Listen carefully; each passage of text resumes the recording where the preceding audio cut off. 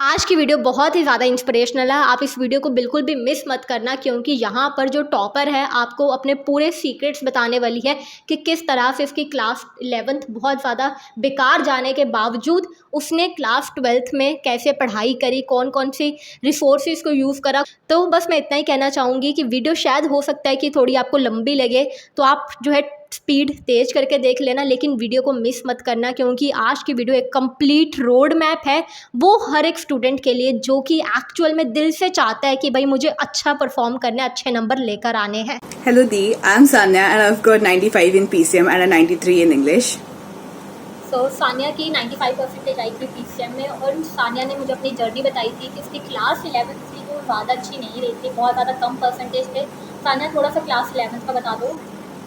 मेरे class level में बहुत ही खराब परसेंटेज आए थे। मतलब मैंने किसी तरह पास किया था। मतलब अगर मैं टर्म 1 की बात करूँ तो उसमें तो मैं किसी भी सब्जेक्ट में पास नहीं हुई थी एक्सेप्ट मैथ्स, और अगर टर्म 2 की बात करूँ तो मैं सिर्फ मैथ्स और फिजिक्स में जो मैं पास हुई थी, और केमिस्ट्री में तो मुझे 10 आउट ऑफ 70 आया था। तो टीचर्स काफ़ी ज़्यादा डिसअपॉइंट हुए थे, मेरे पेरेंट्स का काफ़ी ज़्यादा डिसअपॉइंटमेंट था, और किसी को भी मुझ पर बिलीफ नहीं था। बट मैंने उस टाइम डीमोटिवेशन की तरह नहीं लिया, मैंने उसको एज अ फ्यूल यूज़ किया, as a source of motivation use किया कि मुझे अब कुछ करके दिखाना है। तो मैंने 12 में मैंने स्टार्टिंग से ही ठान लिया था कि मुझे कुछ करके दिखाना है, तो मुझे इतने परसेंटेज लाने हैं ताकि मैं स्कूल की टॉपर बन सकूँ और सबको कुछ प्रूव कर सकूँ। स्टार्टिंग कैसी थी, मतलब कोई कोचिंग ली, किसी की हेल्प ली, क्योंकि क्लास 12 11 ऑलरेडी काफ़ी ज़्यादा गलत जा चुकी थी। नहीं, स्टार्टिंग से ही मेरे माइंड में कभी भी कोचिंग का आइडिया नहीं था। मैं हमेशा सेल्फ स्टडीज करती हूँ, तो सेल्फ स्टडीज को ही हमेशा प्रेफरेंस देती हूँ। तो मैंने स्टार्टिंग से यूट्यूब से जो है मैंने सारे बेसिक्स क्लियर करना स्टार्ट किया। मतलब 11th के कुछ बेसिक टॉपिक्स है जो आपको कंप्लीट करने चाहिए, उसके बाद ही आप 12th को स्टार्ट कर सकते हो। लाइक केमिस्ट्री में मोल कॉन्सेप्ट्स हो गया, आपके इक्विलिब्रियम का कॉन्सेप्ट्स हो गया, फिजिकल के जो भी होते हैं, और ऑर्गेनिक का GOC पूरा कंप्लीट आपको कर लेना चाहिए बिफोर स्टार्टिंग 12th का केमिस्ट्री। एंड मैथ्स में भी मैंने काफ़ी कुछ टॉपिक सर्च किया, मैंने काफ़ी सर्च किया कि कौन कौन से चैप्टर्स में 12th के चैप्टर से कौन कौन सा 11th का चैप्टर इंक्लूडेड है, मतलब काम आएगा, जिसकी वजह से मुझे कॉन्सेप्ट समझने में आसानी होगा। और फिजिक्स में भी काफ़ी सारे चैप्टर्स थे, लाइक NLM हो गया, वो सब को मैंने अच्छे से किया। काइनेमेटिक्स का कुछ कुछ बेसिक जो लॉज होते हैं वो सारे मैंने कंप्लीट किया। और मैंने पहले का एक मंथ जो है, जो हमें लाइक 11th एग्जाम के बाद जो हमें थोड़ा सा फाइनल में 1 महीने का गैप मिलता है, वहाँ पे मैंने ये सारे टॉपिक्स को कवर करने का ट्राई किया, बट सारे नहीं हो पाए थे। स्टिल मैंने जो है समर वेकेशन को मैंने अच्छे से यूज़ किया ताकि वहाँ पे मैं ये सारे बेसिक्स को क्लियर कर सकूँ। उसके बाद मैं अपने 12th में अच्छे से फोकस करूंगी। लेकिन मैं साथ साथ 12th के भी चैप्टर्स को कर रही थी, ऐसा नहीं थी कि मैं सिर्फ 11th के चैप्टर्स को कर रही थी, मैं 12th के भी चैप्टर्स को कर रही थी, बट जो आगे के चैप्टर्स में मेरे 11th के रिक्वायरमेंट था मैं उसको भी कंप्लीट करते हुए जा रही थी। तो मैंने सारा कुछ यूट्यूब से किया है, मैंने सब कुछ खुद से किया था, कोई भी कोचिंग या ट्यूशंस मैंने नहीं लिया था। तो ये टाइम कैसे मैनेज करते थे? जैसे अभी आपने बताया कि 11th का भी कर रहे थे, साथ साथ 12th का भी कर रहे थे, तो ऐसा नहीं लगता था कि यार मैं कितना ज़्यादा पढ़ना पड़ रहा है, और डिस्ट्रैक्ट नहीं होते थे? नहीं दी, मैंने 11th का जो है मैं मोस्टली वेकेशंस में ही करती थी, या फिर हॉलीडेज में करती थी, या फिर सैटरडे संडेज में मैं थोड़ा बहुत 1-2 घंटा निकाल लेती थी। मतलब आपको ज्यादा डेप्थ में जाने की जरूरत नहीं है 11th के टॉपिक्स के लिए, आपको बस एक नॉलेज हो जाना चाहिए ऊपर ऊपर से कि हाँ ये कैसे वर्क करता है, तो सो दैट कि आपके 12th के जो कॉन्सेप्ट है वो क्लियर हो जाएंगे। मतलब 11th के बहुत सारे कॉन्सेप्ट वहाँ पे काम आते हैं, तो बस एक कॉन्सेप्ट क्लियरेंस के लिए आपको 11th के टॉपिक्स को ओवरव्यू करना है। तो उसमें ज्यादा टाइम नहीं लगता है, एक 1 शॉट वीडियोज भी है, उसमें जो सारे अच्छे से टॉपिक्स बता देंगे, तो वो ही काफी होता है जस्ट फॉर द कॉन्सेप्ट। आपको उसको लिखना नहीं है, आपको उसको नोट्स नहीं बनाना, आपको अच्छे से वो आप 12th का कर सकते हो, 12th का जो पोर्शन आप उसमें ऐसे कर सकते हो, बट जो 11th का है वो आप बस just for the concept clarification आप उसको वैसे रख सकते हो। तो उसमें टाइम मैनेजमेंट आराम से हो सकता है, लाइक वीकेंड्स में आप 1 घंटा निकाल सकते हो, या फिर आपके समर वेकेशन अभी है तो आप उसमें टाइम निकाल सकते हो, तो वहां से टाइम मैनेजमेंट हो जाएगा। मतलब अगर तो वैसे मेरे साथ अच्छी तरह से मुझे समझना है तो मुझे उसमें कितना, मतलब 3 टाइम तो मुझे उसको अच्छी तरह से गो थ्रू करना ही पड़ेगा, तभी मुझे उसके कॉन्सेप्ट, उसके डेरिवेशन समझ आएंगे। हाँ, आपको एक ही सोर्स से, मतलब मैं बहुत सारे स्टूडेंट्स को देखती हूँ, लाइक वो एक बार लेक्चर किसी और चैनल से देखते हैं, फिर नोट्स किसी और का प्रेफर करते हैं, फिर रिवाइज वो किसी और चीज से करते हैं, लाइक शॉर्ट नोट्स वो किसी और का प्रेफर करते हैं। तो वैसे आपका बहुत ज्यादा माइंड डाइवर्ट होता है, उससे आपका रिवीजन प्रोसेस जो है बहुत ज्यादा लॉन्ग हो जाता है। बट जो आपको हमेशा ट्राई करना चाहिए, लाइक जिससे आप पहली बार पढ़ रहे हो उसी से आप बार बार रिवाइज करो, जिससे आपका जो रिविजन प्रोसेस है वो काफी मतलब स्मॉल टाइम में हो जाता है, ज्यादा टाइम नहीं लगेगा, और आप अच्छे से रिवाइज भी कर पाओगे और ज्यादा रिटेन भी कर पाओगे। आपको मल्टीपल सोर्सेज से पढ़ने की जरूरत नहीं है, आप जो एक सोर्स से पढ़ रहे हो उसी से आपको पढ़ना है, और NCERT पे फोकस करना है, and that is all that you need. Okay, तो प्रैक्टिस आप कैसे करते थे? मतलब लिख के करते थे, फिर डेरिवेशन तो एक बार में समझ ही नहीं आती, लाइक डेरिवेशंस को कैसे समझते थे, लिख कर, या फिर ऐसे ओरली देखने की कोशिश करते थे? पहले तो मैं ओरली ही सब कुछ करती थी, मतलब फर्स्ट टाइम जब मैं कोई भी चीज कर रही हूँ तो मैं ओरली ही सब कुछ करती थी और मैं माइंड में उसको रिकैप करने की कोशिश करती थी। जो भी मैं आंख बंद करके मैं सोचती थी कि हाँ अभी मैंने ये किया तो ये डेरिवेशन के स्टेप के बाद ये होगा, तो मैं ओरली पहले कर लिया। उसके बाद अगर मैं नेक्स्ट टाइम पे जब नोट मेकिंग कर रही हूँ, मतलब उस टाइम जब मैं ओरली जब मैं पढ़ती थी तब मैं नोट्स नहीं लेती थी। उसके बाद जब मैं नोट्स ले रही हूँ तब उसको मैं वापस से देख लेती हूँ, मतलब एक रेफरेंस के लिए, और उसको देख के फिर एक बार लिखना है और वापस से अपने माइंड में रिकैप करना है। जब आप लिख रहे हो तो आपको वो याद होता जाना चाहिए, मतलब जब भी आप नोट मेकिंग कर रहे हो तो जो भी चीज आप लिख रहे हो आपको वो दिमाग में होना चाहिए। आप पीछे से रिकैप कर सकते हो या फिर रिवाइज करते रहना चाहिए उस टाइम पे जब नोट मेकिंग कर रहे हो। और फिर जो है एक दो बार जब रिविजन कर रहे हो तो आप पीछे में कर सकते हो, मतलब ऐसा नहीं है कि आपको वापस से पूरा करना है। आप रफ में थोड़ा बहुत स्टेप्स कर सकते हो जो भी मेन स्टेप्स होते हैं डेरिवेशंस के, और डेरिवेशंस को हमेशा अपने ऑन टिप्स रखना है, तो भी आपके क्वेश्चंस जो है कॉन्सेप्ट्स जो है वो सब क्लियर रहेंगे। और फिर कॉन्सेप्ट्स को काफी ज्यादा क्लियर रखना है। हाँ, तो फिर आपका पढ़ने का टाइम क्या होता था? लाइक दिन में पढ़ना ज़्यादा प्रेफर करते थे कि रात को पढ़ना ज़्यादा प्रेफर करते थे? टाइम क्या रहता था? नहीं, ऐसे तो मैं अपनी इनिशियल डेज की बात करूँ तो मैं रात में ही पढ़ना ज़्यादा प्रेफर करती हूँ, क्योंकि उस टाइम ज़्यादा टाइम मिलता है और फैमिली का भी ज़्यादा डिस्टर्बेंस नहीं होता है। क्योंकि जब मैं स्कूल से आती थी तो मैं ज़्यादा प्रेफर करती थी, सो जाती थी मैं इस टाइम, लाइक 3-4 घंटे सो जाती थी।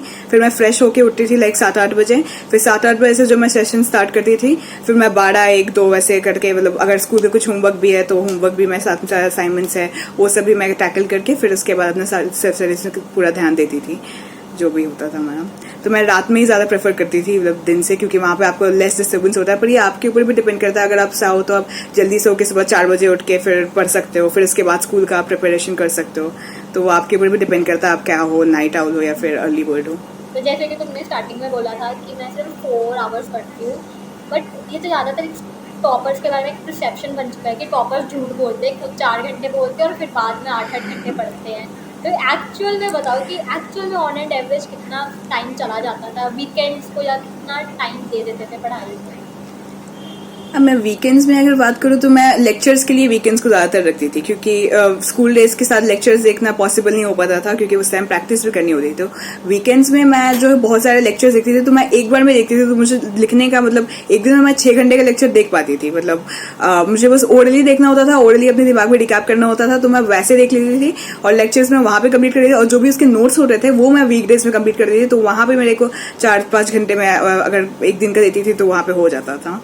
लाइक उतना ही अगर आप दोगे तो आपको हो जाएगा, मतलब लेक्चर्स आप अपने वीकेंड्स में कंप्लीट करोगे और फिर उसका नोट्स जो भी आप कर रहे हो वो अच्छे से करोगे, मतलब वीकडेज में, तो 2 घंटे नोट्स को एक दिन में देना तो हो जाता है। लाइक मैथ्स में डेली प्रैक्टिस चाहिए और फिजिक्स केमिस्ट्री में अल्टरनेट डेज में, अगर वीकडेज में देंगे तो वैसे अल्टरनेटिव डेज चलेगा कि एक दिन फिजिक्स पढ़ लिया, एक दिन केमिस्ट्री पढ़ लिया। हाँ, मतलब ऐसे टच तो नहीं छूटता? हाँ, मतलब नहीं, लाइक अगर आपने फिजिक्स का एक चैप्टर स्टार्ट किया है तो उसको ट्राई करो कि पहले उसको कंप्लीट कर लेते हैं, लाइक एक वीक में ये कंप्लीट कर लेते हैं, फिर नेक्स्ट वीक में केमिस्ट्री का एक चैप्टर पकड़ लेते हैं मैथ्स के साथ। तो नहीं तो फिर थोड़ा सा लिंक छूट जाता है, मतलब जो भी कॉन्सेप्ट्स है वो रिवाइज नहीं हो पाता अगर एक दिन में अल्टरनेट डेज करेंगे तो। या फिर आप ऐसे भी कर सकते हो कि 2 घंटा ये पढ़ लिया, 2 घंटा ये पढ़ लिया, और 1 घंटा तीनों सब्जेक्ट को एक दिन में पढ़ सकते हो। आप वैसे भी ट्राई कर सकते हो अगर आपको ज्यादा कंफर्टेबल नहीं होता है, बट मैं एक दिन में 2 ही सब्जेक्ट प्रेफर करती थी हमेशा से। और एक चैप्टर को करने में कितना टाइम लगता है? लाइक कितना, 1-2 दिन, 3 दिन, 4 दिन, लाइक कितना तुम मैक्सिमम टाइम लगा सकते हो? कुछ स्टूडेंट्स तो एक चैप्टर को 1 हफ्ता लगा देते हैं, या फिर 15 दिन होता ही नहीं है, अटक जाते हैं। तो आपको जो भी चैप्टर्स होते हैं आपको उसको मार्क्स के अकॉर्डिंग उसको दे देने चाहिए। अगर आपका 15 मार्क्स का चैप्टर है, लाइक कोई यूनिट है या फिर चैप्टर है, तो आपको उसको उसी के अकॉर्डिंग मार्क्स, मतलब टाइम डिवोट करना चाहिए। क्योंकि अगर ज्यादा मार्क्स कंटेन कर रहा है और उसमें ज्यादा दिन, मतलब कम मार्क्स कंटेन कर रहा है, आप उसमें ज्यादा दिन लगा रहे हो तो आपका वेस्ट ऑफ टाइम भी हो जाता है।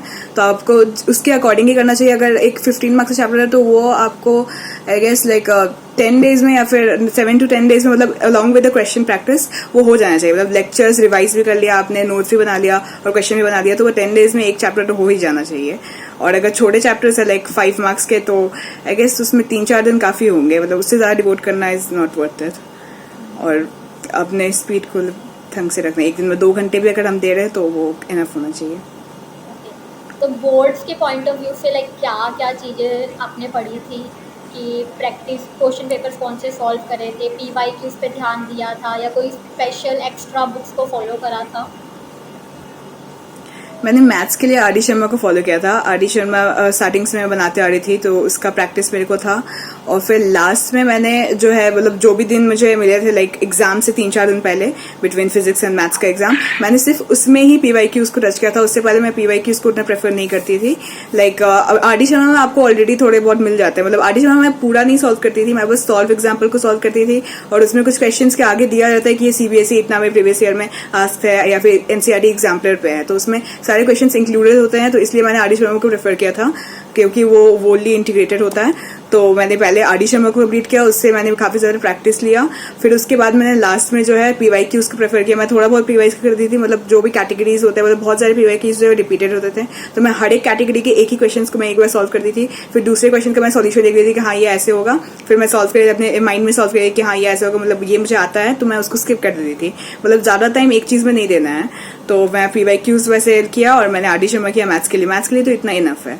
और फिजिक्स के लिए मैंने फिजिक्स वाला को रिकमेंड किया था, लाइक यूट्यूब चैनल, वो मैंने प्रेफर किया था। मैंने स्टार्टिंग से उनके सारे लेक्चर्स देखे थे और उनके जो लेक्चर्स थे मैंने लेक्चर्स देख देख के ही थोड़े बहुत नोट्स बनाए थे। और मैंने नोट्स भी बहुत ज़्यादा कॉम्प्रिहेंसिव नहीं बनाती थी, मैं बहुत मतलब जो मुझे नहीं समझ में आया था मैं बस उतनी ही चीज़ नोट्स में लिखती थी, जो मतलब ज़्यादा मैं टाइम नहीं दे रही थी नोट्स को, मैं ज़्यादातर रिवाइज करती थी या फिर ओरली ही मैं कर लेती थी ज़्यादातर। और मैं PDF को रिकमेंड कर रही थी, जो भी मैंने मतलब अगर मैं लेक्चर्स देख रही हूँ तो मैंने उसको स्क्रीनशॉट लेके मैं उसका PDF बना दी थी और इसी PDF से मैं पढ़ती थी, क्योंकि एक सोर्स से पढ़ने में हमारे पास जो है वो अच्छे से रिवाइज हो जाता है, उसको अच्छे से हम रिवाइज कर पाते हैं, उसमें कम टाइम लगता है और अच्छे से हम समझ भी पाते हैं, उसको रिटेन भी कर पाते हैं। तो मैंने फिजिक्स वाला को ही पूरा फॉलो किया था, लाइक उनके लेक्चर्स जो पुराने वाले लेक्चर्स जो अलाक पांडे के हैं, मैंने बस उन्हीं को प्रेफर किया था। और मैथ्स के लिए मैंने अरविंद कालिया यूट्यूब चैनल को देखा था, वेदांतु जेई। और ऑर्गेनिक केमिस्ट्री के लिए मैंने देखा था Arvind Arora, Vedantu NEET made easy, तो वो मैंने केमिस्ट्री के लिए देखा था। लाइक उनके जो ऑर्गेनिक है उसमें ऑर्गेनिक में आपको बहुत सारे नोट्स बनाने होंगे, लाइक आपको कॉन्सेप्ट भी समझना होगा, नोट्स भी बनाने होंगे, क्योंकि जो रिएक्शंस होते हैं वो हमें याद नहीं होंगे, उसके मैकेनिज्म्स होते हैं, उनको हमें बार बार लिखना होगा, तो हमें उसे रिवाइज करना चाहिए। लाइक आपको हर 7, 14, 28 डेज में अगर आप रिवाइज कर लोगे एक चैप्टर का ऑर्गेनिक का, तो वो आपको हमेशा लॉन्ग टाइम के लिए वो आप रिटेन कर सकते हो। और जितने भी बार आपके वीकली टेस्ट हो गए या फिर प्री बोर्ड्स हो गए, अगर उसमें आप रिवाइज करोगे ऑर्गेनिक के, तो आपका ऑर्गेनिक बहुत आसानी से हो जाएगा। और मैंने फिजिकल के लिए फिजिक्स वाला को ही देखा था, लाइक फिजिक्स वाला के जो अलाक पांडे के जो लेक्चर्स है वो मैंने फिजिकल के लिए देखा था।